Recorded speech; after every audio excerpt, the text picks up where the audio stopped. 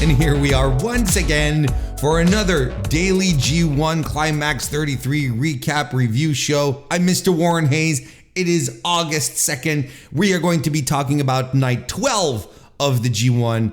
How are you doing? I hope you're having a good week so far. I hope you're digging the G1, or at the very least, I hope you're digging my recaps. You know, if you don't have time to watch it, you know, this is what these are for. Hopefully I'm giving you, you know, you feel you're keeping up, even though you're a little on the outside looking in, which is fine. That's what these are for as well. So I'm glad you're here. I'm glad we're hanging out together. And now we're going to be talking about this this show here. You know the rigmarole, likes, subscriptions, all that stuff, reviews and ratings on the podcast side of things. Well, you know, I can't stress enough that these things help grow the channel, help the podcast tremendously as well. So whether you're on youtube.com/MrWarrenHayes or on your favorite podcast app, a little love like that would be fantastic. But enough of me, because this is not about me. This is about the final night of joined block action between with the block C and D. That's right. The next time we see block C, we're going to see it on its own dedicated night on August 8, and block D will be on August 9. Now I'm going to tell you, and you know, a lot of us have been talking about it in my circles and my haunts and whatnot. Good. It's nice that we're going to sort of move into a period of the G1 where the matches are going to feel important, critical, but you know, we won't have a full a full 8-match schedule to watch.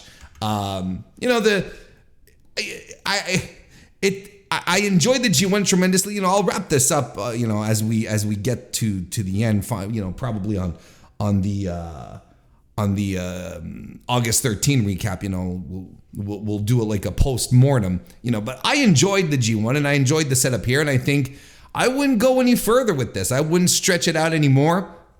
This was just the perfect length to follow if you're doing it on the daily basis. Otherwise, if you're just using my recommendations, well, I'm sure that you just enjoyed all the beautiful stuff and let the poo-poo behind, which is fine. Leave the poo-poo behind.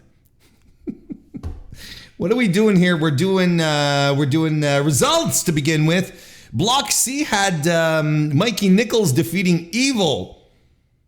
HENARE defeat not Aaron HENARE, just plain old HENARE defeating Tomohiro Ishii.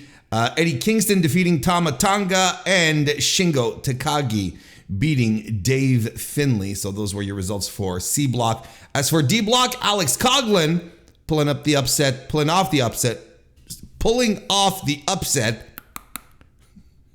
defeating Hiroshi Tanahashi. Toru Yano beat Shane Haste. Hirooki Goto defeated Jeff Cobb. And Tetsuya Naito defeated Zack Sabre Jr. So as you can tell with these results here, multiple surprising results. Quite a few, actually. Does not necessarily translate into great matches, but we'll get to it. But, you know, this was a bit of the theme here. Upsets, was setting up a final night of action, especially in Block D, where things are going to be a little juicier. Let's start off with Block C since we're going in alphabetical order here, where Mikey Nicholls defeated Evil to get his first 4 points of the tournament. I think this is one of these matches where the less is said, the better kind of thing. Truly and sincerely, I didn't care for this match at all. There's a lot of shenanigans, and it did come across as a little sloppy, because again, you expect the shenanigans from the House of Torture, but I also think this match was a little sloppy, and I was so high on Mikey Nicholls and his excellent performances, and I'm kind of bummed that this is what we're doing here with him towards the end. But he does get the upset win over Evil. This was one of these surprises that happened tonight.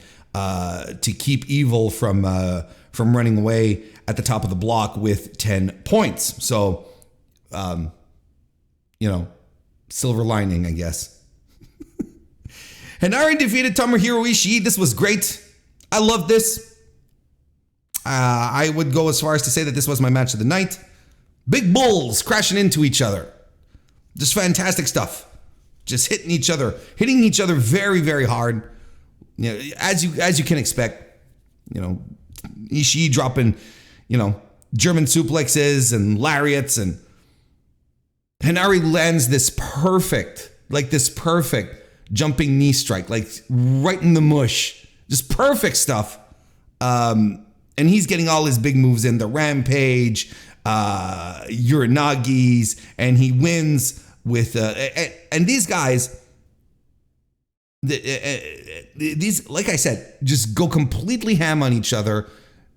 Tomohiro Ishii is using desperation headbutts, a beautiful series of strikes by HENARE towards the end that leads into Streets of Rage for the win.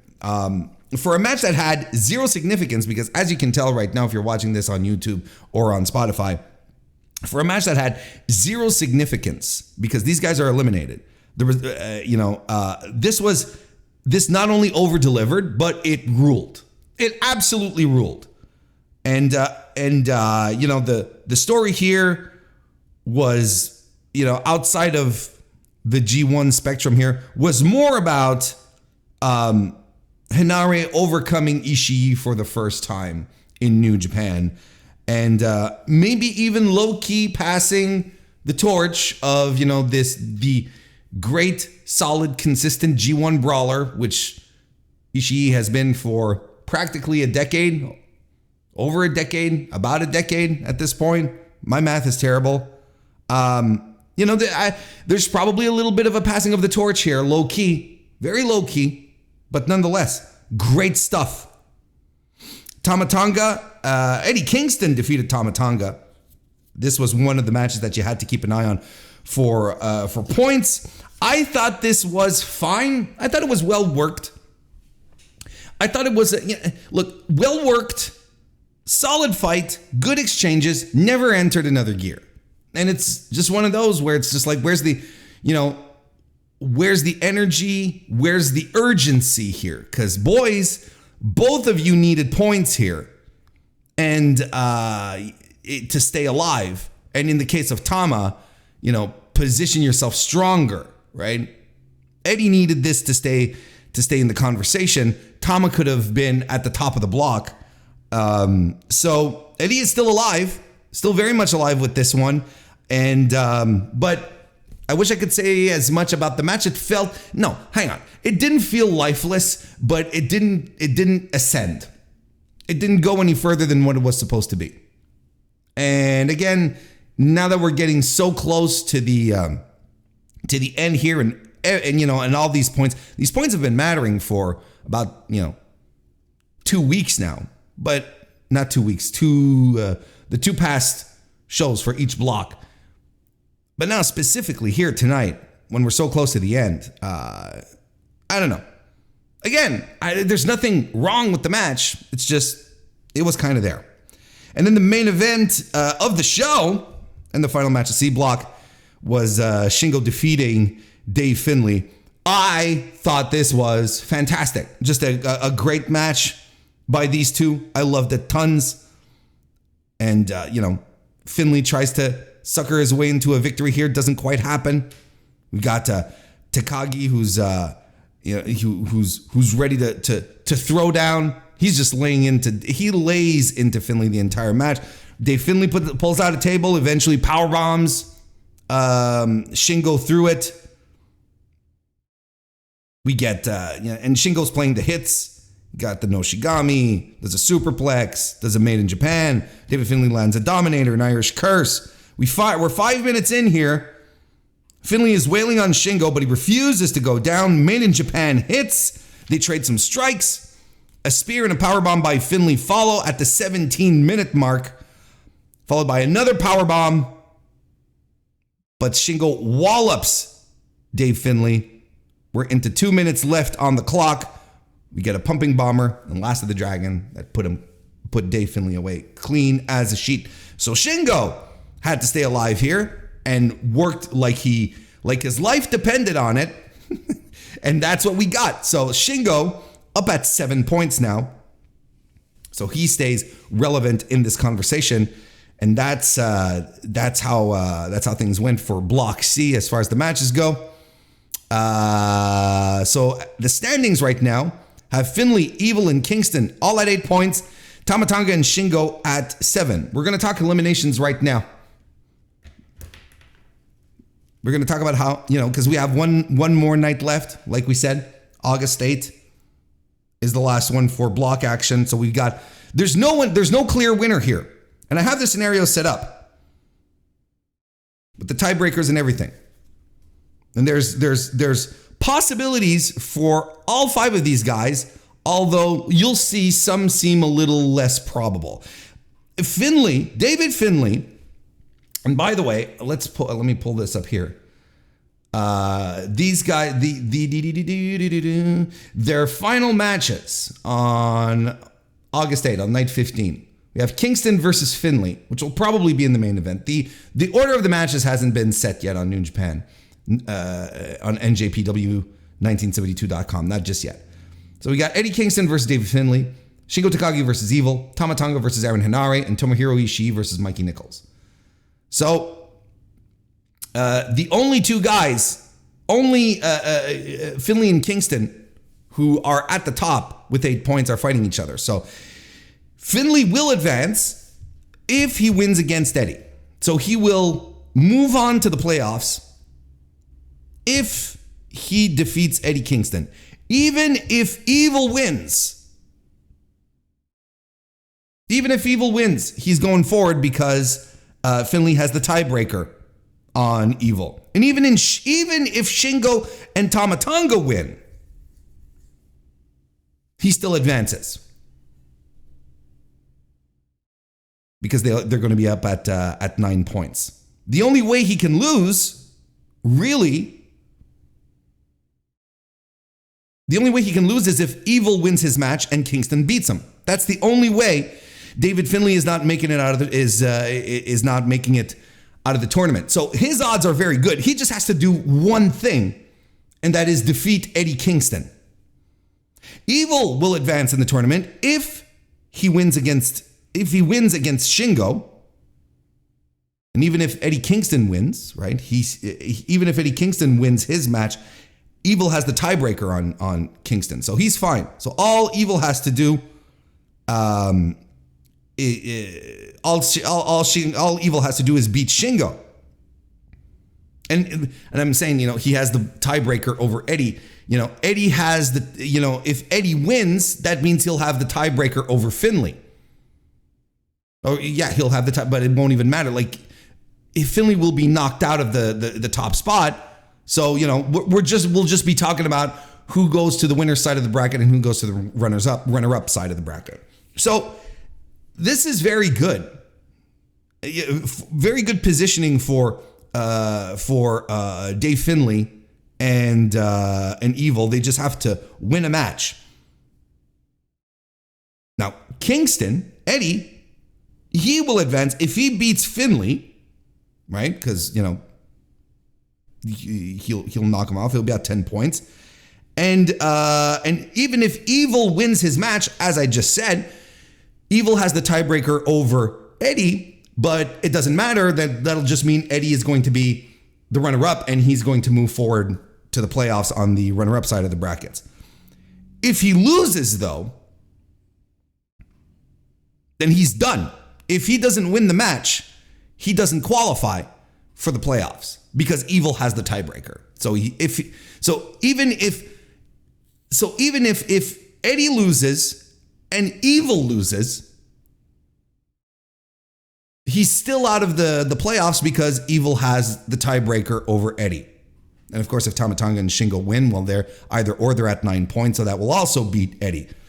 So Eddie has a lot of scenarios in which he can lose, so he pretty much has to win this one to be secure. Tama Tonga is going to advance. If he beats HENARE, that'll bring him up to 9 points. and Evil and Shingo lose their matches. So this one is a little more difficult to see happen here. You'd have to have a hell of a set of circumstances here. Wait a minute, hang on a second. That doesn't even make sense what I just wrote here, because Shingo and Evil are fighting each other. So hang on. Wait a second. So that means like Shingo and Evil are in the last match. So if Evil wins, he's at 10 points. So he needs Finlay to lose as well, is what we should be pointing out. But then if Dave Finlay loses, Eddie Kingston is at 10 points. Is Tonga soft eliminated? I think this is what's going on here. I think this is what's happening. Tonga is going to. This is what I think I got it now. I think my notes here were wrong, but I got it now. Tonga is vying for the runner-up spot at this point, because regardless of because Kingston and Finlay, out of that match, one of those two guys is going to finish with 10 points. And Tonga, the best he can do is 9. So he's at the best case scenario, he comes in second, but that would mean that Evil would lose his match, right? To Shingo, but then Shingo gets 2 points, which will bring him to 9. And then these two guys are, they don't have a tiebreaker over each other. They went to a time limit draw. So they don't even have a tiebreaker over each other. So we're probably getting into some wackadoo situation, which will probably not happen. So the more things are shaping up here, the more it seems like it's Dave Finlay and Eddie Kingston who are moving forward here. I would say. I think we're zeroing in onto one match. Because the tiebreakers that Tonga and Shingo have on the other guys don't matter, because they'll never, since they're at odd numbers, they're at 7 points, whereas the other guys are all at even. That doesn't necessarily, the tiebreakers don't matter. So look at me talking through this. So ultimately, what's going to happen here is, unless another match draws, which I frankly would be surprised, but I mean, then again, this tournament has all been about unpredictability. Am I right? I don't think either Shingo or Tama have mathematically they have chances, but I think it's too far off. Like, look, if Evil wins his match, he's at 10 points. Finlay or Kingston are getting 10 points. Tama and Shingo are both at 7 points. If they make it like, if Evil wins his match, that means Shingo stays at 7 points. If Tama wins his match, he'll be at 9. You know what? Right here, as we're recording, I am soft eliminating our boys here. And it kind of sucks. Because I like both these guys tremendously. But I think this makes sense. Okay, you know what? We are eliminating Shingo here, and I'll tell you why. Because if Shingo beats Evil, he's at 9 points. If Tonga loses his match, he stays at 7. So whoever wins between David Finlay and Eddie Kingston, whoever loses, I should say, will be at 8 points. Shingo will be at 9, so he'll advance. So Shingo actually has much more of a chance than Tonga.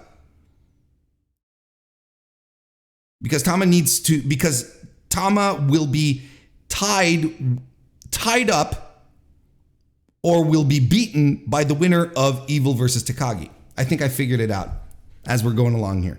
I took the time to make notes and they didn't make sense. We worked it out though. That's what's important. So there we go. So that's what Block C looks like. But honestly, you know, we always have a tendency to sort of rack our brains over these more complex situations like with Tonga, which is why I'm just soft eliminating them, because I think it's too complicated for it to translate well during a wrestling match. So I think he's going to, I'm going to soft eliminate him. I think he's done. But we'll see what happens. But frankly, quite frankly, I'm seeing I'm seeing David Finlay and Eddie Kingston moving forward here. But you can absolutely make a case for Shingo Takagi as well. I think we're pretty good for Block C now. Now let's do Block D. I think everything's in order for Block D. Let's find out together. Alex Coughlin defeated Hiroshi Tanahashi in what was probably considered a very big surprise and an upset. Well, I mean, not just considered. I think it is. You know, someone always gets a big win over Tanahashi in the G1 usually. So here you go. This was a glorified squash match in which Tanahashi looks terrible. I think my favorite spot was the Death Valley driver that Coughlin did as he was hoisting Tanahashi from off the mat. I think that was brilliant. But otherwise, not great. Alex Coughlin finishes the tournament. He's still eliminated, but has 4 points. And Hiroshi Tanahashi has 6. Toru Yano defeated Haste, knocking him out of the tournament. Lots of nonsense. Buckets being taped to heads. Let's move on. Block D still, right? Hirooki Goto defeated Jeff Cobb. And Cobb is playing the immovable force here, the big giant, the unflappable strength guy, power dude. And throughout the match, look, Cobb is emphasizing Hirooki Goto's ribs, right? And this has been a bit of a story, right? How injured is Goto? Are the ribs really injured? You know, he showed x-rays on Twitter, said, oh, well, excuse me, He showed off his, that his ribs weren't fractured, which was a good thing. He says they're very sore, though, so we didn't know the extent of the injury. Look, I'm going to tell you one thing. A guy lifting up a dude like Jeff Cobb with injured ribs into Ushigoroshis and Code Reds is starting to make me believe that maybe, just maybe, this rib shit is a work. Maybe. just putting it out there very, very kindly.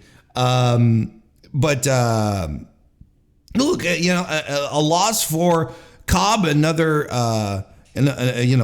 block leader here, not unlike in Block C. Wasn't a good night for the block leaders losing their matches. Strong match that I really enjoyed, by the way, which I thought this was fantastic. Cobb slips his past 2 matches into losses. I enjoyed this match. I thought it was a very strong, well-worked match, smartly put together. I think Jeff Cobb has had a remarkable G1 this year. I thought he's been consistent. I think he's been compelling. It's been very good, full of personality. Great stuff. And then Tetsuya Naito defeated Zack Sabre Jr.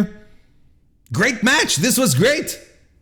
There's nothing we can add here look, I don't know. There's just something I can add, come to think of it. I don't know where this conversation comes from people saying Tetsuya Naito is washed. He can't do it anymore. Because a match like this, maybe it's because they saw, a couple of matches. And even I myself, when we were starting this out, we're like, well, what's going on with Naito? Is he still there? And I definitely not call him washed. And I'm definitely not like planting a flag on this. So I'm not quite sure where this conversation is coming from. Hopefully I didn't initiate it. But he has matches like this with Sabre, where he just turns it on and he's fine and he works hard, and we get, he's not the Naito of old, but we still get great stuff out of him. This was a world-class match by world-class professional wrestlers. You gotta love it.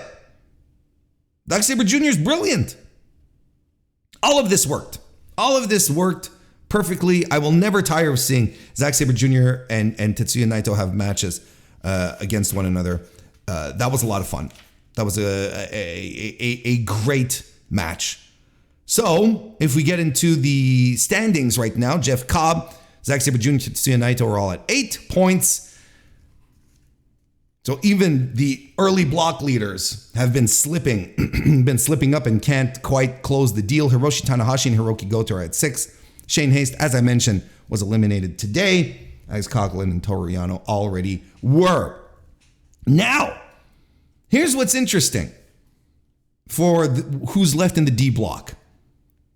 We've got Jeff Cobb at 8 points, who holds tiebreakers over everyone except Hirooki Goto. He's got the tiebreaker over Naito. He's got the tiebreaker over Tanahashi. He's got the tiebreaker over Zack Sabre Jr. What does that mean? Jeff Cobb advances if he gets 10 points. The only way he will not advance is if Hirooki Goto gets up to 8. Then it becomes a complicated wackadoo mess. But then Hirooki Goto is fighting Zack Sabre Jr.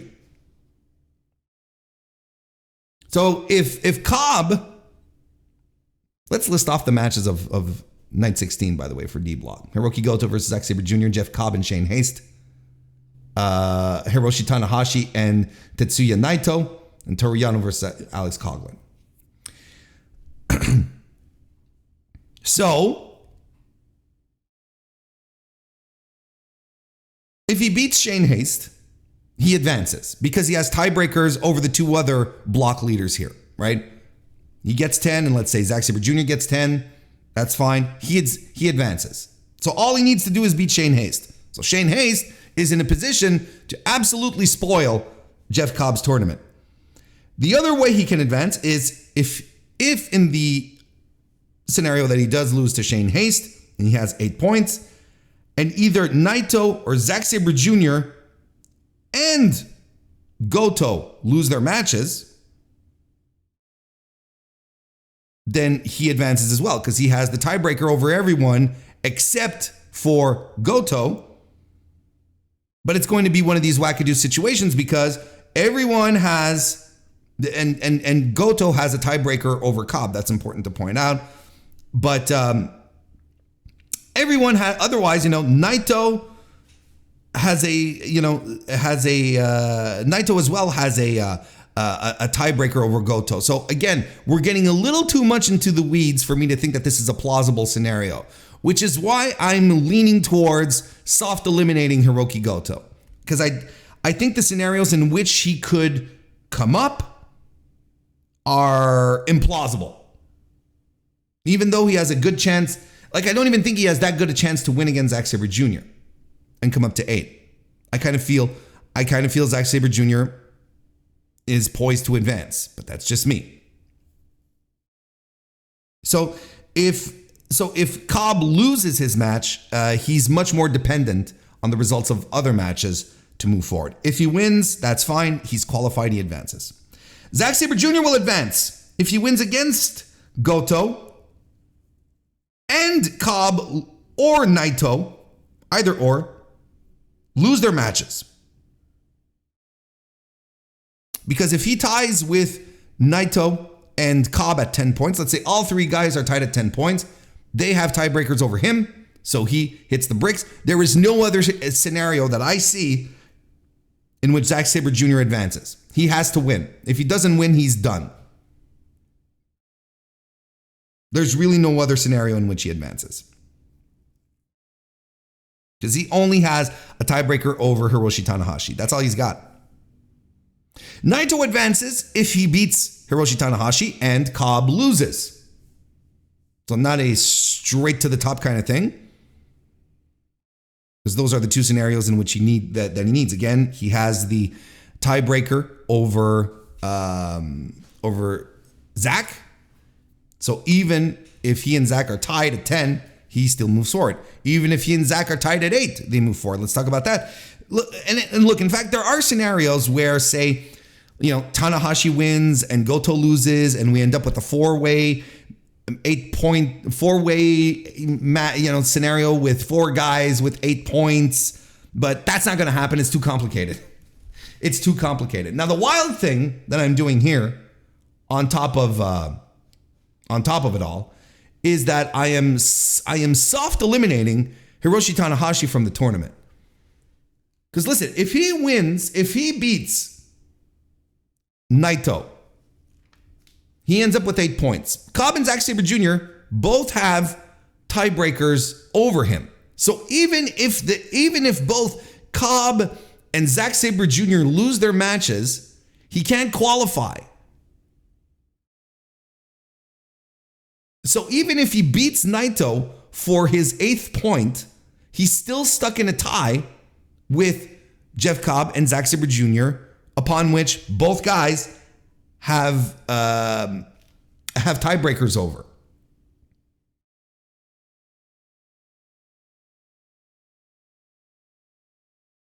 Isn't that kind of weird? I failed to see like a perfect scenario in which Hiroshi Tanahashi has a chance of qualifying. I think he's done. I'm going to soft eliminate him because I guess mathematically, and there's probably some, like I said, another wild wackadoo situation in which he could probably advance that I haven't seen, but it's highly improbable. Let's put it that way. Anyway, interesting stuff. Moving on to these blocks here. We'll talk about this again as we get forward, as we get a little more, as the nights start ending, as the blocks start wrapping up and we start to see what the playoffs start to look like. This will probably help give us even more direction. As far as recommendations for night 12, I absolutely will recommend Tetsuya Naito and Zack Sabre Jr. We'll also give you a good recommendation for Tomohiro Ishii versus HENARE. And I will also recommend Shingo and Dave Finlay, but it's maybe a softer recommendation than the other two, if you have time for that one. I think the two others are very good matches. You can't go wrong. You'd enjoy those. And if you have a little extra time on your hands, you do the main event, which was also very good, but I think a little on the softer side. If it's like, Warren, I only have time for 2, well, here you go. Do those. So now we're on to August 5th. That's the next time we're going to see each other, in 3 days from now. Saturday, August 5th, for the final night of Block A action, Block A exclusively. Let me give the page a little refresher-oo here. And no, the card order has not been finalized. So this is not the exact order in which the show is going to go down. Sonata versus Chase Owens. This will go either one of 2 ways. The upset win by Chase or Sonata sweeping the block. And I kind of feel they're going to have Sonata sweep the block. It doesn't matter regardless of what happens here. He has already qualified. Now, everything else on this card is crazy bananas. Let me pull up Block A here on screen for those of you watching on YouTube or on Spotify, just so that we're all in the same boat here, so that we all recall what's going on. I've done some soft eliminations here. I kind of feel Kaito Kiyomiya and Shota Umino are the only 2 guys who still have a shot. Unless we start pulling out draws, then it just becomes crazy. Ren Narita versus Kaito Kiyomiya. Narita's already eliminated. Kiyomiya, if he scores his 2 points here, he's good. Will he qualify? Depends, because it'll depend on what the result of Shota Umino versus Hikuleo is going to be. Because Shota and Kaito, they drew. So neither guy has a tiebreaker on top of each other. So that's very interesting. So will this be the last hurrah for Ren Narita, having one last big win before we send Kiyomiya home back to Noah? Or is Shota going to, or is Shota going to hit the bricks, and the Cinderella story of Hikuleo carries us into the playoffs? If Hikuleo wins, he qualifies. If Hikuleo wins and Kiyomiya loses, he qualifies because Hikuleo has the tiebreaker. And I had soft eliminated him early on in the tournament, but clearly I've been proven wrong here.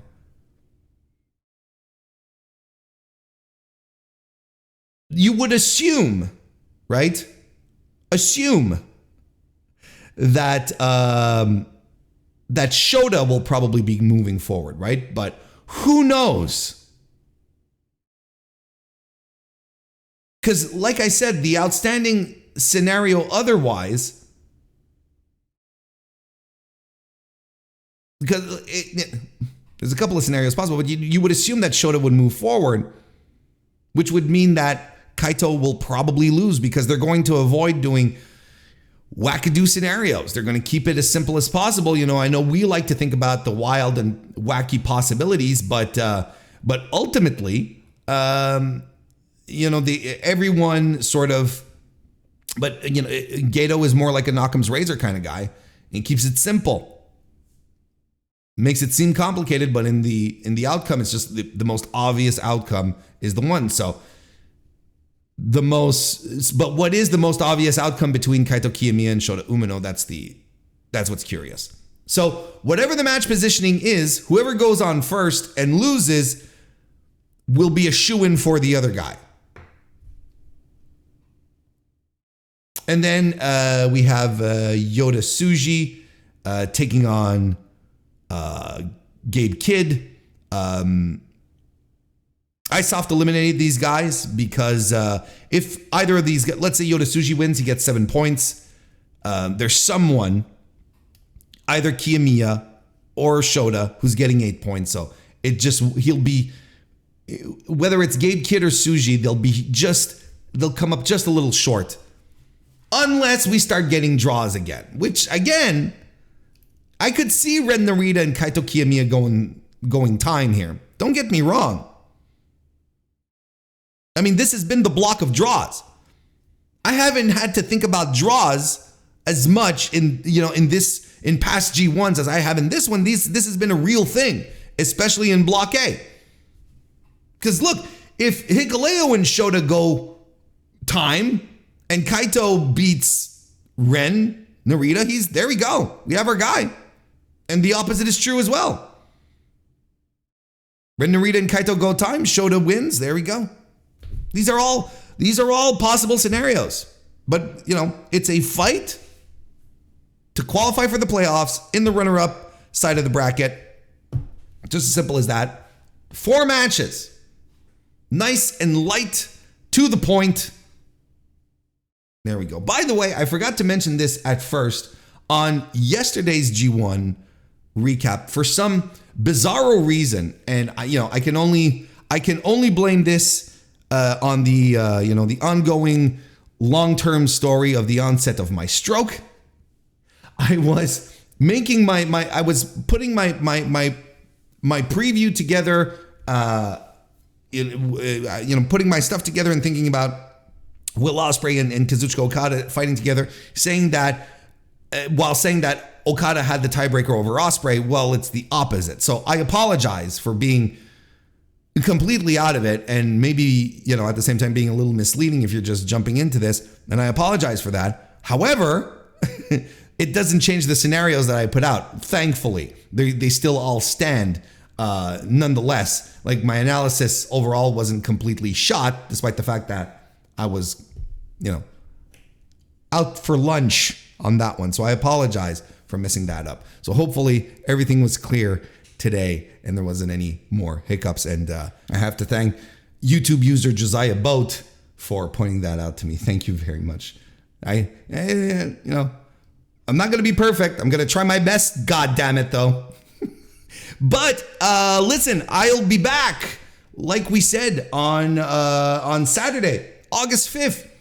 We'll be back with the daily recaps. I don't know. You know, I'm here saying they'll probably be shorter, but you know me, that means jack shit.